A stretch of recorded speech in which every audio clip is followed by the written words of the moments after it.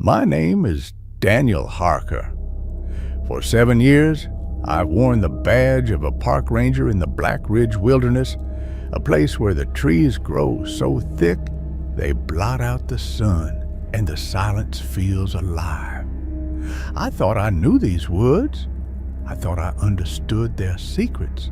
I was wrong. It began with the whispers. Not the usual rustle of leaves or the distant cry of a hawk. These were voices, faint, fragmented, drifting through the pines like smoke. At first, I blamed sleep deprivation.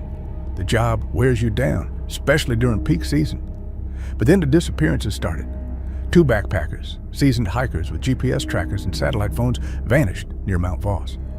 Search teams found our campsite intact, sleeping bags unzipped, coffee still steaming in tin mugs, as if they'd simply dissolved. A week later, a family of 4 camping by Cedar Creek called 911 at 2:34 a.m. The mother screamed about something in the trees before the line went dead. By dawn, their tents were empty. No blood, no footprints. Just a faint, rotten egg stench that clung to the air like poison. The Park Service issued bear warnings. The locals muttered about meth labs and Satanists. But I'd patrolled these woods for years. Bears don't leave gear untouched. Meth cooks don't erase footprints. Then, on October 12th, I found the first proof. I was checking trail cameras near the old logging road when Rex, my German shepherd, froze. His ears pinned back and a growl boiled up from his chest. That's when I saw it. A tree stripped of bark, its trunk carved with spirals so precise they looked machined. At its base lay a pile of bones, too small for deer, too human. Finger bones, yellowed and brittle, arranged in a circle. I radioed it in, but by the time reinforcements arrived, the tree was gone, not cut down, erased. The bones, too, had vanished, replaced by a cluster of black mushrooms that pulsed like veins. My supervisor accused me of stress-induced hallucinations. Rex hasn't slept through the night since. That evening, the whispers found my cabin. They started as static on the radio, bleeding into the sound of my dead sister's voice. "Danny," she hissed, "why did you leave me?" Then came the knocks. 3 rapid taps on the windows. Always at 3:33 a.m. I boarded up the glass. Bought a revolver, started sleeping with the lights on. But the woods weren't done with me.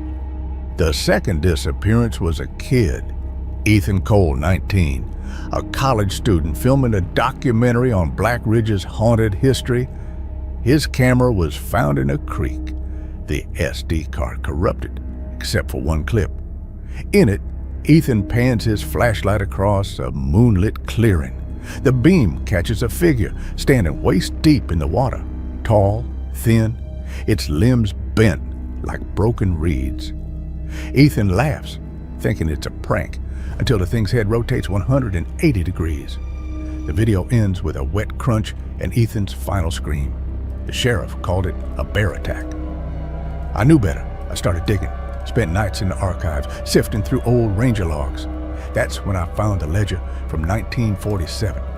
A ranger named Thomas Greer wrote about a shining grove deep in the woods, a place where the trees sang and the ground breathed. He claimed something lived there, a caretaker, ancient and hungry. The final entry was scribbled in what looked like blood. It wears my face now.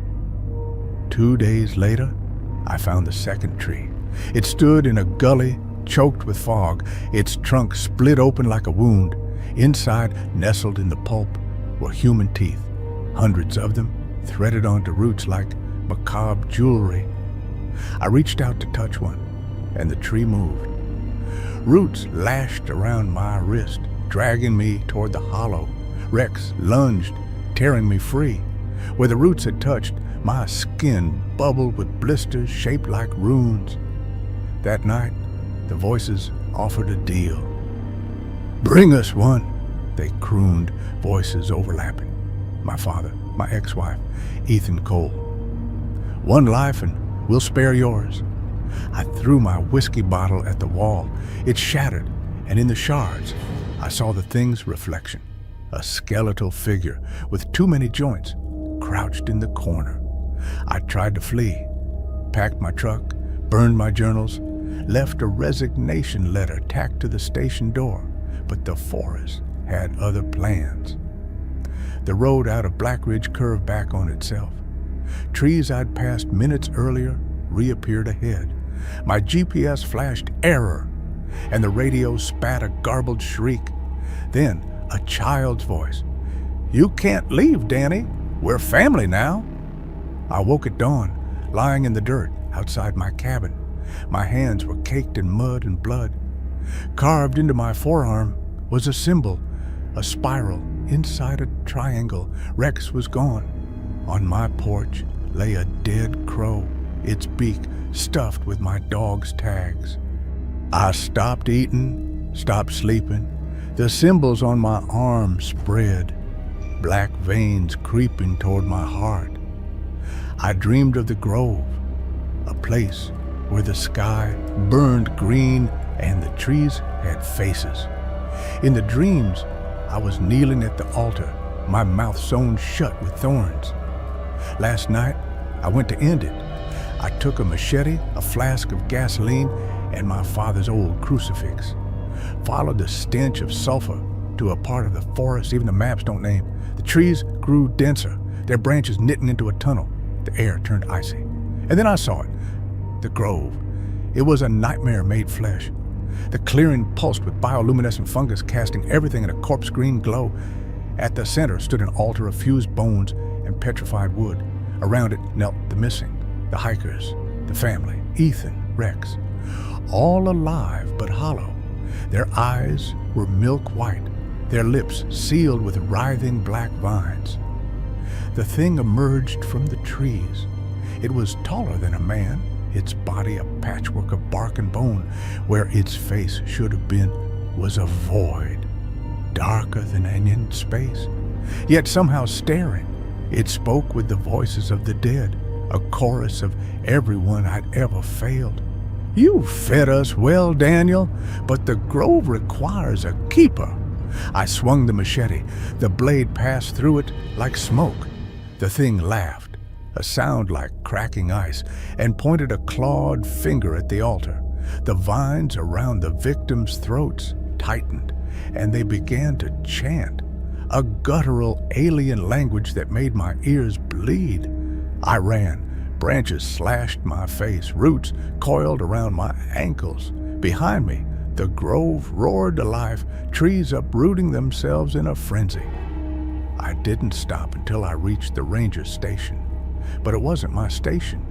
The walls oozed black slime, the floorboards squirmed like eels, and there behind the front desk stood me, or something wearing my skin. Its smile split its face ear to ear, teeth sharp as needles. "Thank you," it hissed. The old keeper was growing stale. It lunged. I felt its hand close around my heart, colder than death.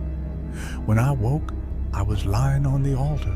The thing was gone. The victims were gone, and the symbols on my arm had spread, etching themselves into my bones. Now, I'm back at the station. The thing outside wears my face, my uniform, but its eyes are black pits. It whispers through the walls, teaching me the rituals, how to carve the symbols, how to lure the lost. I'm writing this in the logbook, but the pages keep changing. The words rearranged themselves, urging me to embrace the grove. My hands, they're not mine anymore. The fingers are too long, the nails are black. If you find this, heed my warning. Stay out of the woods. Don't trust the trails. Don't trust the rangers. And if you hear something calling your name in the dark, run!